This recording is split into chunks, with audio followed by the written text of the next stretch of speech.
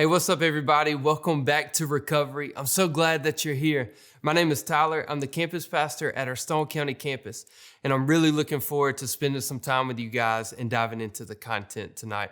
So we're going to be talking about this idea of going from hero to zero. And we're going to be looking at a guy in the Old Testament. He was a prophet, and his name was Elijah. Now, Elijah was a great man of God. He accomplished some big things. But it seemed like overnight, he went from hero to zero. It happened just like that. And maybe you're there right now. Are you in a season where you felt like you had it all, but you don't have it anymore? And you're here and you're asking the question, why? How did this happen? How did I get here? Well, that's the same kind of questions that Elijah asked. And so that's what we're going to be diving in today. Now, with Elijah, let me kind of give you a little bit of the backstory and how everything was set up and took place back in the day. So there was a king of Israel, but more often than not, the king was corrupt and the king was wicked. So God, instead of talking directly to the king, would talk to a prophet. And the prophet was kind of a voice for the people, but he was also a voice for God. He was a mediator. He was an advocate. And so Elijah was this guy. He was a prophet, and his role was to try to make Israel holy and make sure they were doing what was right in the eyes of the Lord. But the king at that time, his name was Ahab, and Ahab was a wicked king, and he had a wife. Maybe you've heard of her before. Her name was Jezebel. And Jezebel, she was somebody that you did not want to play with. She meant business, and she was serious. So let me tell you what happened to Elijah and how he went from hero to zero. And I want to tell this story because the truth is, we're probably in a season in our lives where we don't really want to be in. If not, we probably won't be at Recovery tonight. And, the truth is, this isn't where we have to stay. Even though we're not where we want to be, we can grow to where we want to go. So we're going to talk through that tonight. Now, Elijah, like I said, he was a prophet of God, and the king Ahab instituted idol worship. So instead of worshiping the one true God, Jehovah, he instituted the prophets of Baal, idol worship. And there were 400 different prophets of Baal that they worshiped to. So one day, Elijah, he was finally fed up with it. And he said, "King, I challenge all of your gods to a standoff." And so the king comes, and his wife Jezebel, she's there. The prophet of God, he's there. And then there's this big cloud of witnesses. Everybody's there. And the challenge is for whoever's God is the real God to send fire down from heaven. So Elijah says, "King, you're the king. You can go first.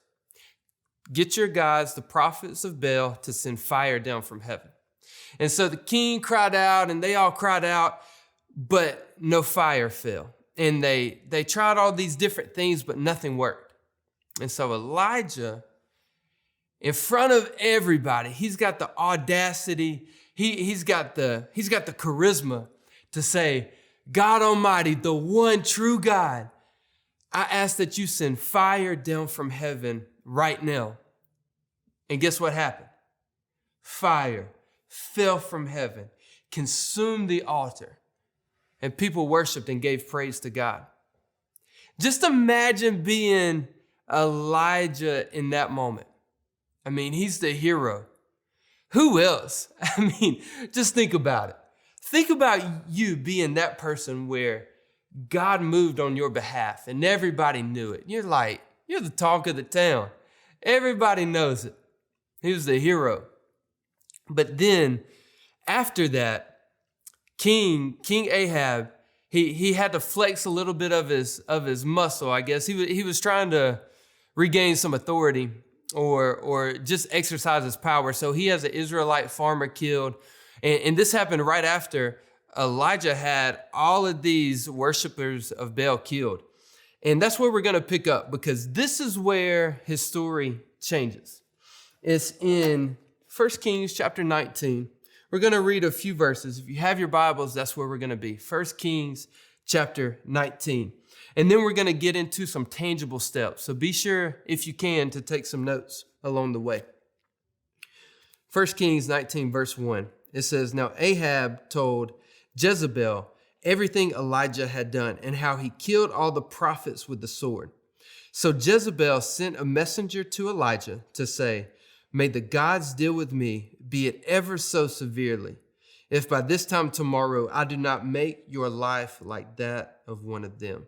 So basically, Jezebel, she tells the man of God, "You see all these people you killed?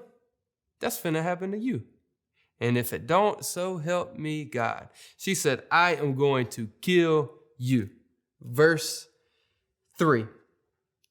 Elijah was afraid, and he ran for his life. When he came to Beersheba of Judah, he left his servant there, while he himself went a day's journey into the wilderness. He came to a broom's bush, sat under it, and prayed that he might die. "I have had enough, Lord," he said. "Take my life. I am no better than my ancestors." Then he lay down under the bush and fell asleep. From hero to zero, just like that.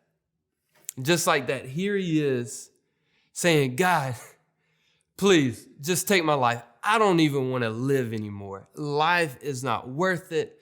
I'm through. I'm at the end of my rope. Take me. I'm done." How many of you have ever felt that way?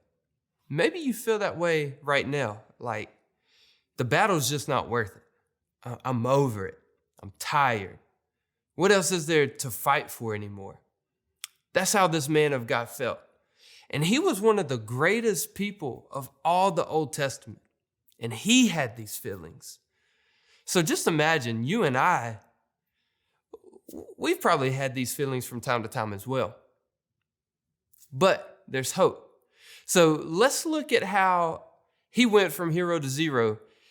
And it seemed like it happened just like that. It seemed like it happened in a blink of an eye. But truth be told, it never just happens at the snap of a finger. Oftentimes, 9 times out of 10, maybe every single time, there are events that lead up to it. You know, maybe you got a divorce and it just took seconds to sign your name on a piece of paper to finalize your divorce. It happened in an instant. But more than likely, there were years that led up to it. Maybe you don't have a great relationship with your children right now. Or maybe you don't have a great relationship with your spouse or someone else. It didn't just happen. Maybe there was one big thing that happened, but more than likely there was a series of events, there was a series of choices that took place to lead you to where you are today.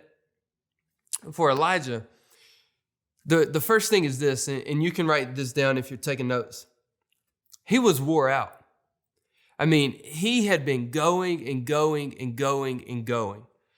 He was tired. And truth be told, when we are tired, we make bad mistakes. We make mistakes more often. I know for me, when I'm tired, I'm more grumpy. I'm less patient with my wife. I'm less patient with the people I work with. I'm not a joy to be around. I make bad choices. I commit more sinful acts when I don't have enough sleep. He was wore out. You and I, we can get wore out very easily as well. And the second thing, he was worried about criticism. I mean, just think about it. He has seen God move time and time and time and time and time again. And all of these people had seen just how great he was, how great he was. I mean, he wasn't great. God was working through him. But maybe he felt invincible, like he couldn't fall. Or if he did fall, he didn't need anybody to know about it. And that's something that we got to fight against because there's pride in our hearts. And a lot of times we don't want to let people in. And we're worried about other people's criticism. But can I free you from this? You're not perfect. No one expects you to be perfect. And if you're struggling with something, if you're going through a hard time, don't worry about the criticism of other people. Get help. That's the most important thing. And the other thing with him, he was isolated. He was in isolation. If you're the man, who are you going to talk to? If you're number one, who else are you going to talk to? You feel like there's nobody else on your level. The good thing with you and I, we're not in the number one spot. We're not the greatest thing on planet Earth. We're flawed. And our peers are flawed as well. So we don't need to be isolated. Those were the three big things for him.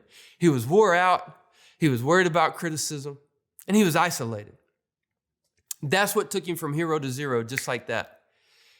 But that's not where his story ended.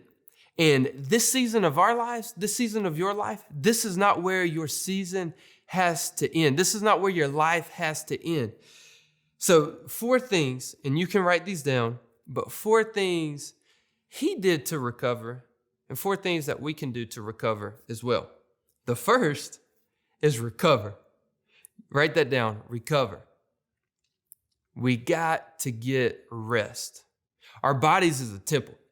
If you have put your faith in Jesus, this is where God resides. The Spirit of God lives within you. So it's important that we take care of our bodies. One of the greatest ways to take care of our bodies is by getting rest. So be sure you're getting a full night's sleep. I know this sounds simple, but it's so important. Be sure to get rest. You got to recover. That's numero uno. The second is to reflect. And again, this is simple, but it's powerful. Reflect and remember God's goodness. For Elijah, he has seen God work his entire life. I'm sure you have as well. Just the fact that you're still here. Just the fact that you're still here. God has not given up on you. God is still here with you. He's gotten you through things, and he's going to continue to get you through things. He's not going to give up on you. He's not going to fail you. And if you are willing, and if I am willing to allow God to help us, he will help us. And if we will allow him to get us through this, he will get us through it. So be sure to reflect and remember God's goodness. We serve a good God. We serve a God who loves us. He sent his son to die for us. He'll never give up on us. The third is to reconnect. And this is so important. Continue to come back, continue to connect in your small groups and in conversation. Connect with people who care about you. Because I promise you, people at Recovery, people at Venture care about you. So reconnect and stay connected. And then the last thing, and this is probably the most simple, return. Continue to come back. Come back to Recovery. Go on Sunday mornings, but just return. Be in a good habit of being around believers and worshiping God together and talking through your problems together, because we all have problems. Elijah went from hero to zero, but that's not where he stayed. And this is not where we have to stay either.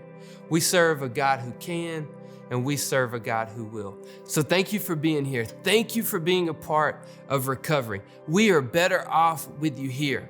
God's going to continue to fight for you. So enjoy this season. Allow God to work in this season. And I'll catch you next time. Peace.